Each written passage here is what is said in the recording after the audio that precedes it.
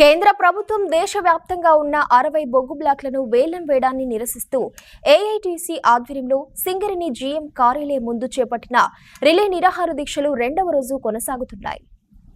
సోమవారం కేటీకే ఓసీ3 underground project pit committee కార్మికులు రెండవ రోజు రిలే నిరాహార దీక్షల్లో పాల్గొన్నారు. ఈ దీక్షలను ఏఐటీసీ జిల్లా ప్రధాన కార్యదర్శి క్యాతరాజు సతీష్, నూకల చంద్రమౌళి, సుధాకర్ రెడ్డిలు కార్మికులకు దండలు వేసి ప్రారంభించారు. దేశంలో ఉన్న బీజేపీ ప్రభుత్వం కార్పొరేట్ సంస్థలకు కొమ్ము కాస్తూ బొగ్గు బ్లాక్లను వేలం వేయడం జరుగుతుందన్నారు. తెలంగాణ రాష్ట్రం నుంచి శ్రావణపల్లి బ్లాక్ ను కూడా వేలం వేయడానికి కేంద్రం పూనుకుందని, ఇప్పటికైనా బీజేపీ ప్రభుత్వం తన విధానాన్ని మార్చుకొని శ్రావణపల్లి బొగ్గు బ్లాక్ సింగరేణి సంస్థకే కేటాయించాలన్నారు. ఈ కార్యక్రమంలో assistant branch secretary Madhugani Vijender, branch నాయకులు తదితరులు పాల్గొన్నారు.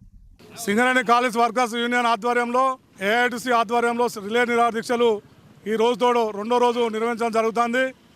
సింగరేణి ప్రైవేటీకరణకు వ్యతిరేకంగా సింగరేణి బొగ్గు బ్లాక్లను సింగరేణికి అప్పచెప్పాలని, కేంద్ర ప్రభుత్వం మొండి వైఖరి నశించాలని ఏఐటీసీ ఆధ్వర్యంలో నిరాహార దీక్షలు కొనసాగుతున్నాయి. ఈ రోజుతో రెండో రోజు ప్రారంభించడం జరిగింది.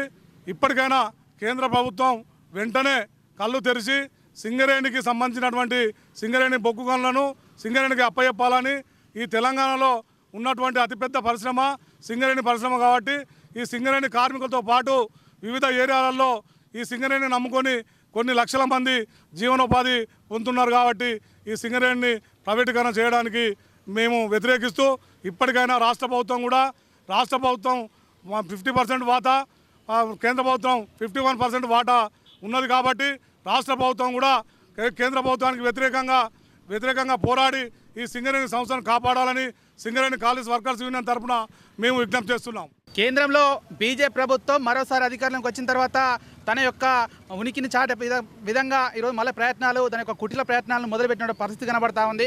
ఏదైతే గతంలోనే ఈరోజు ప్రభుత్వ రంగ సంస్థలు మొత్తం ప్రైవేట్ పరం చేస్తున్నటువంటి బీజేపీని మరొకసారి మళ్ళీ ప్రభుత్వ రంగంలో ఉన్నటువంటి సింగరేణికి సంబంధించినటువంటి మళ్ళీ బొగ్గు బ్లాక్లను వేలం వేయడానికి నిన్న రోజున కిషన్ రెడ్డి ఎవరైతే ఉన్నారో హైదరాబాద్లో వేలం వేయడాన్ని ఏఐటీసీగా పూర్తిగా ఖండిస్తూ ఉన్నాం. ఏదైతే గతంలో దేశంలో ఉన్నటువంటి 61 బ్లాకులను ఈరోజు ప్రైవేట్ పరం చేస్తున్నటువంటి ఈ బీజేపీ ప్రభుత్వం మన రాష్ట్రంలో ఉన్నటువంటి సింగరేణిలో ముఖ్యంగా 4 బొగ్గు బ్లాకులను వేలం వేయడాన్ని ఏఐటీసీగా పూర్తిగా వ్యతిరేకిస్తూ ఉన్నాం. అంతేకాకుండా ఈరోజు ఏదైతే ఈ దేశంలో ఉన్నటువంటి బీజేపీ ప్రభుత్వం బడా బాబులకు వాళ్ళ యొక్క జేబు పార్టీగా మారి ఈరోజు కార్మికుల యొక్క హక్కులను తాళరాస్తున్నటువంటి పరిస్థితి కనబడతా ఉంది.